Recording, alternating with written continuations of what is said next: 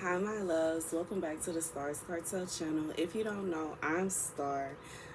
Thank you guys for joining me for March Madness. If you don't know, your girl is celebrating my birthday by glorifying God. Let's get into this message today. I'm here with a dream. This dream was kind of long and intense. It was very interesting, though, y'all. Okay.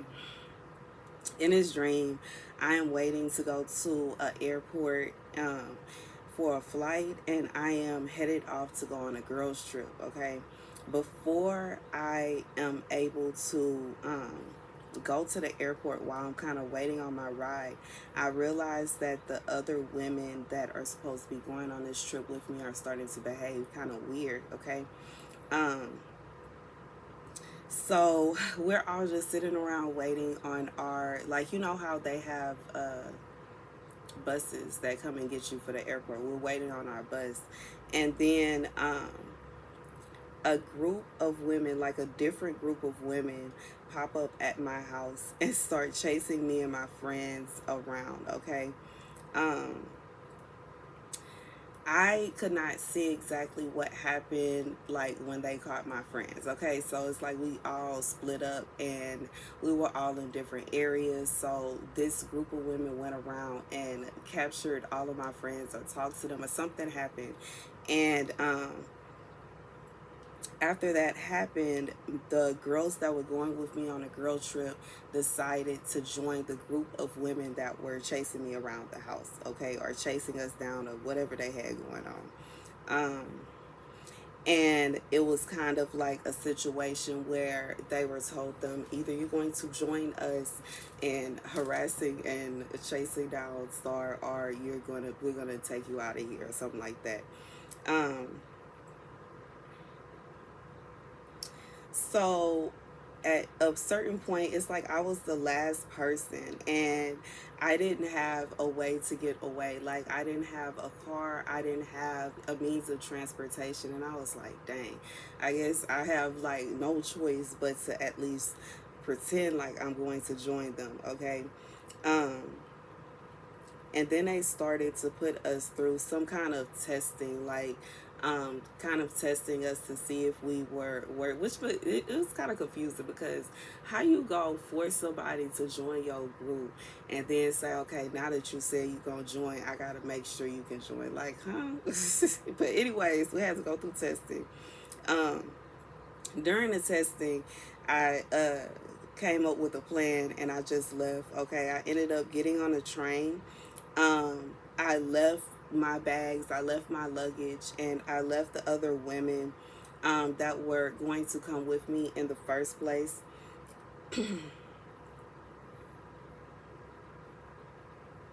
And then at the end, I'm confused because I typed "see what I did" and "begin to do" at the same time. So I'm not sure exactly what that means. But anyways, that was the dream. Okay, I ended up getting on a train and leaving. I didn't have any luggage. I left the other women that were with me as well. Okay, the scripture comes from Psalm 78. Hearken, my people, to my teaching. Incline your ears to the words of my mouth. I will open my mouth in a parable.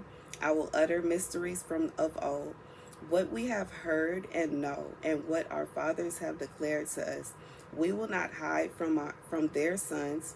We will declare to the generation to come the glorious deeds of the Lord in his strength, and the wonders that he wrought.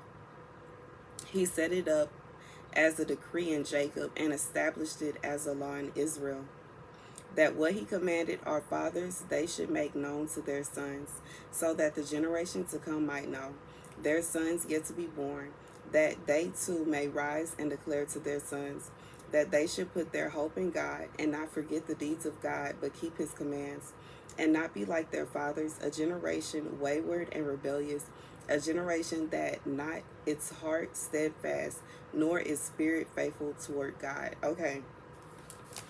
So as I'm reading this, God is telling me that for some of you, you have been put in certain situations where you know it was nothing but God. Like, you know, there is no way that you got away. There's no way you were able to survive. There's no way that you were able to overcome whatever battle, whatever war that you had to fight. God is saying that He puts you in these positions. He allowed these things to happen so that after it would happen, you would be able to proclaim this to your children. You would be able to teach this to your children. It's one thing, like, if you have had a life where you don't have to worry about anything, you've never been in any kind of danger, you've never had to call upon God to help you or to come through for you. It's like you can believe in God, but if you don't see it first, like if you don't see it up close and personal, how God's grace and mercy works, then it could be very difficult for you to tell the next generation about God's grace and mercy. So God is saying that He is allowing you to see up close and personal how wonderful His grace, His mercy, and how He endures. Like God is saying, I endure forever. And it's just like, it's such a, like the way that I heard is so sweet. It's just like, He's saying His mercy endures forever. His grace endures forever. And He wants every generation in your family to know of His grace and His mercy. And yeah, that's literally the purpose of this, okay? Even though in this situation, in this dream, the what happened, it was kind of such a messed up type thing. Like I felt like we were either on vacation or we were getting ready to go on vacation. And at first everybody was good, everything was fine. And then out of nowhere, all of these women turned on me. And I just feel like God is also saying that you have to be careful of those that you have around you. You have to be careful who you call your friend, because in this situation, at first they were cool with me, they were friends with me, and then all of a sudden they turned on me and they themselves were trying to capture me.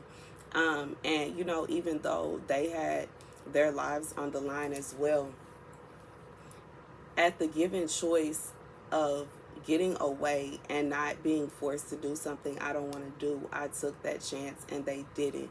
And I just feel like, sometimes people are put in positions to where they are forced to do something mean or evil to someone else. But that doesn't mean that they are always having to do this. Like just after they asked us to join the group, they forced us to join the group. They then put us through tests to see if we were fit to join the group.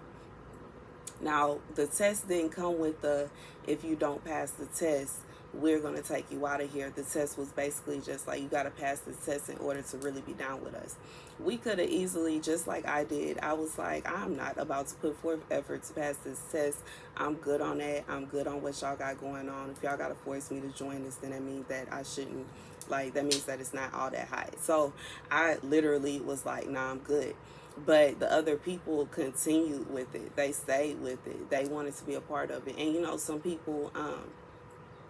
some people like being a part of, different groups and different cliques. There's nothing wrong with that. I'm not even going to talk down on it, because when I was in high school, I was in several different groups. I was on the dance team. I was with the theater. I was with the choir. I was with a sorority. I also was a part of a party group. So I was a part of different kinds of groups. But I must say that even when I was a part of these different groups, I still kind of hung out with who I wanted to.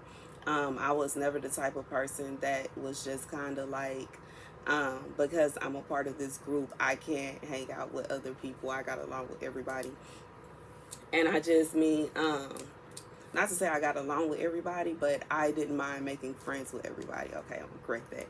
But anyways, I just feel like God is saying that He just wants you to understand that sometimes you have to go through certain things as a part of your training, as a part of a test, and also as a part of what are you going to talk to your children about.